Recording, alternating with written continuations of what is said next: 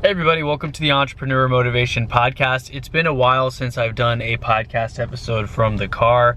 I have been better about booking and scheduling guests on the show and just recording from my home office since I've been working from home and everything with everything going on a lot.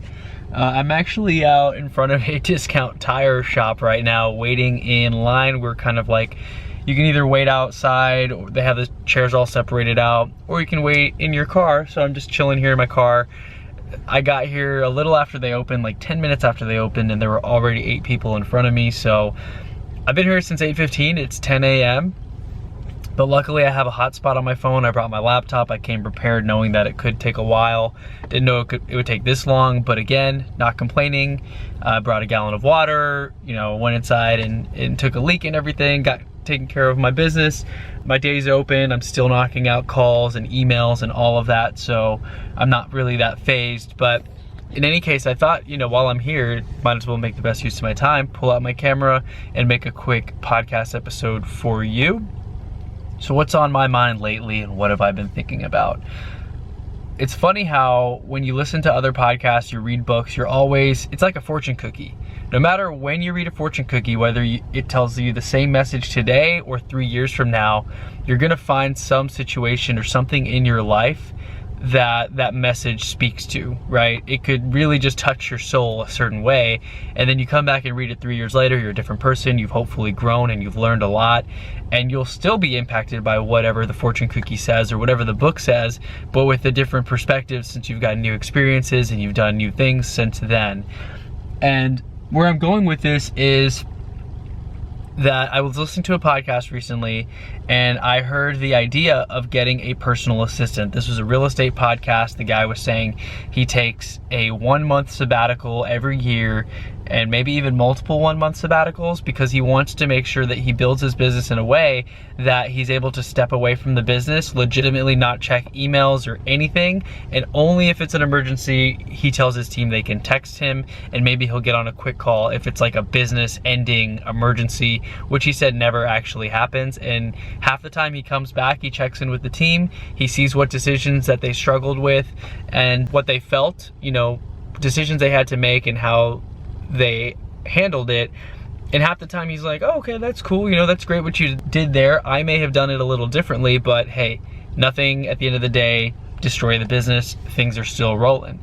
And I really love that because I want to make sure I build my life and my business in a way where I get to enjoy that kind of lifestyle as well. I'm already finding, while I do love the hustle and the grind and I just work nonstop and I can never turn my switch, I don't have an off switch, I'm finding that, I don't want to get burned out. I don't want to ruin relationships and not enjoy my time here. I don't want to confuse work for being my life, because my work and my life are two different things. My work is to fuel my life and I want to love what I do for work, but I don't want to just focus on the work. I want to do way more than just work. And that really got me thinking about like, hey, I need to hire an assistant. That is the first hire a lot of people recommend, especially with real estate, is someone who can help get your stuff organized. I already have a transaction coordinator and she gets paid every time a deal closes. That's the only time she gets paid, which is awesome because she does a whole lot of work for me, sending out contracts, sending out offers, making sure docs are updated and signed and whatnot, communicating with my buyers, my sellers, the title companies, all the people involved, and she'll get paid when the deal closes. So if a deal falls through, she doesn't get paid. It's the nature of the beast. I don't get paid till the deal closes. She doesn't get paid till the deal closes, which really helps me leverage because I can easily say, hey, so-and-so wants to write an offer on this property. Here's the address, here's their name, here's their email and phone number. Please write it up and let me know when it's ready for review. That saves me like 30 minutes of time of having to sit somewhere, open my laptop, fill in this contract. She does that all for me. And it's extremely valuable because I can go focus on other tasks. She also helps with things like if I need to set up showings for somebody, I'll tell them, hey, so-and-so needs to see these 4 properties on Wednesday from 4 to 6 p.m. time window. Can you please optimize the route and schedule it for us and give me the instructions? Because scheduling can be a pain also. She'll do all of that. She'll email it to me. She'll set it up, add it to my calendar. It's amazing. Now I am actually considering getting an assistant for life in general.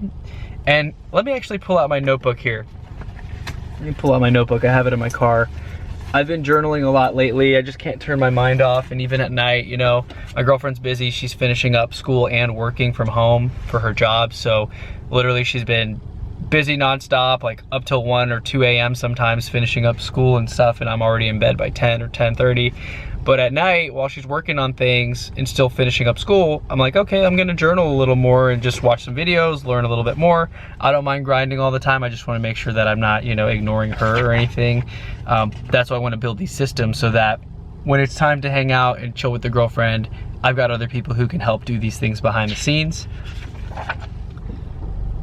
Let's see here. So, okay, these are some of the things that I'm thinking. I want an assistant who can do everything for me, like schedule a haircut every 2 weeks, schedule a massage for me every 2 weeks. I just started meal prepping, or ordering meal prepped. I tried ordering Icon meals recently, and so far I liked it. I know there's a lot of vendors out there. Sorry, I just keep glancing over my shoulder to make sure that the discount tire people aren't on their way, because they're gonna tell me when I can go pull my car in the bay. But I liked it. I ordered a second box. It's coming in this evening. It's just super convenient. It eliminated the need last week when I tried it for the first time to do dishes and to cook. And it was like a different plate every time. I could kind of look through the meals and be like, okay, what do I have? Ooh, sirloin, that sounds good. Steak, or a burger, or like, it's all healthy and fits your macro type thing, but I could look through and be like, that sounds good, I'm gonna try this. Maybe the chicken parmesan, and it's all portioned and everything, and I could just heat it up in 2 minutes, eat it, throw the plate away, and then be on my way, versus sitting there, oh, I don't have food, I gotta cook or order and pay delivery or whatever from Uber Eats. So there were a lot of benefits to it. Plus it's clean eating, it's portion controlled, and it came in a box of 12, so it's very convenient. I can just eat 3 meals, and then I can eat 1 meal that I made, so now I reduce the amount of cleaning and dishes and cooking that I have to do, while I still get to eat clean and save time. That's what I'm looking for. So ideally, I like my assistant to order my meal prepped meals for me once a week, summarize key metrics for me, focus for the week, etc. Kind of keep me on track on the things that I say I'm gonna do. Schedule my therapy sessions now that I'm doing that, even though a lot of these things I kind of do now, but I just want to make sure I can like send a voice memo to somebody, or just speak to text and send it like, hey, schedule a massage for next Wednesday, schedule a haircut for next Thursday, find some space in my calendar. And I want them to be able to do that and then just put it on my calendar, share it with me, so that saves me 3 to 5 minutes, and you save 3 minutes here, you save 4 minutes there, boom, I just save an hour total, and I can focus on showing houses to clients, building rapport, getting on buyer or seller consultation calls, etc., the value add things. I'm thinking I could have an email address to log into all of those accounts that I want to give them access to for scheduling my haircuts, my massages, my meal preps, my therapy sessions. Then I watched another video. I like Stephen James, I believe his name is, with Project Life Mastery, and he had a video on how to hire virtual assistants, which is kind of like, you know, an assistant. I'm trying to find someone who can do this all for very cost effective, like low dollar per hour tasks. And he was saying, think of everything that you do in a week, put a dollar figure to all those activities, and then outsource all of the low dollar per hour activities that don't make sense for you to focus on. I've talked about this before. I know the idea in theory. I just need to actually take the advice and follow through with it. Focus on the things that only you can do. So like for him, that's coaching and creating content. And so I started trying to make a list of all the things that I do. So for home and personal, I order meals, I schedule haircuts, I book massages, I do my cleaning, my laundry, I do my dishes, I clean the kitty litter, and my girlfriend helps with this too. I clean the kitty litter, we walk the dog. And so I'm thinking I could outsource almost all of that. I mean, I may not pay someone to clean the kitty litter once or twice a week or take my dog out, because I don't mind doing that, but I can outsource all those other things. They can handle that for me, and I can save me some time there. Real estate, I've got lead generating, scheduling appointments, scheduling showings, scheduling open houses, buyer and seller consultations. I circled that because that is my most important thing that I need to be doing, is being there for that initial meeting with clients. Closing gifts, content creation. Oh, sorry, content creation is another category. So basically in real estate, I'm thinking that I can outsource all that other stuff. Scheduling appointments, I do that through Calendly. It's all automated. I just send a booking link. Scheduling showings, that's my transaction coordinator. Scheduling open houses for me, that's my transaction coordinator. I'm thinking closing gifts, that can be my transaction coordinator, or it could be another virtual assistant. I can say, hey, we got a closing next Wednesday, order a closing gift and ship it to the buyer or seller directly or to my home address by this date, and I'll bring it to closing. Something like that. And then for content creation, I circled this, recording content, me sitting here talking to this camera right now for you. That is another key activity for me. And everything else, basically, I can outsource, and I kind of have started to outsource. So editing the videos and converting to audio, I've got a virtual assistant who handles that portion. I want to outsource more of the editing, where I can just like, here's an idea I put down, is I can edit a bunch of content, drop the videos and the audio files into an unedited big folder in Dropbox, and my VA, whether it's the current one who's editing my podcast or another one, can take that content, you know, create a bunch of different videos, add captions, add titles, split a video into 5 different pieces of content, and then basically put it into another folder where it's a final folder. I can just have a bank of content to pull from and post to my social media as I please. I could even take it a step further and just have someone else pull that from that final bank, schedule it for me, but there are a few things I'm kind of hesitant to give all the passwords and access to people that I don't know, so that's why I'm kind of like giving them enough control to put it into a folder, and then I have that final step of taking it out of that folder and putting it into my personal Facebook and LinkedIn and all those accounts. And then for my financial section, there's an issue with apartment locating. When you send a client to an apartment, they can pay you a pretty good commission, but they're notorious for not paying well. I interviewed a friend, Connor Watkins, on another episode, and he was talking about this, where apartments can take 4, 5, 6 months sometimes. They don't pay.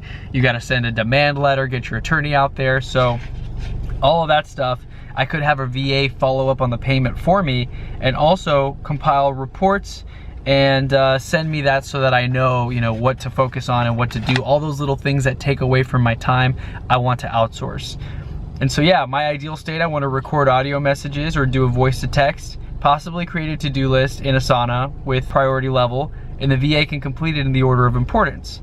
Have them add events to my calendar, attach confirmations, and then email me reminders like, hey Chris, FYI, your laundry is getting picked up tomorrow, right? My friend Safir does hamper pickup and drop off, dry cleaning and laundry. I need to utilize that more because I'm spending too much time washing and folding my clothes every week. So I'd like to outsource that. So that's where I am, and that will allow me to focus on my key 20% activities, which is meeting with buyers and sellers and anyone who wants to talk about real estate and flipping houses and things like that. And so I hope you found that helpful. I just wanted to share some of the things in my journal in the last few days and the pages that I've been thinking about hiring an assistant. I will let you know how that goes, and if I find somebody, and what I have them do, and how much time it clears up for me. So hope everyone's doing well. Have a great rest of your week, and thank you for listening to the Entrepreneur Motivation Podcast. Make sure to leave a review, subscribe on YouTube, and leave a comment. I'd love to engage with you guys. Talk to you soon. Have a great week. See you later. Bye.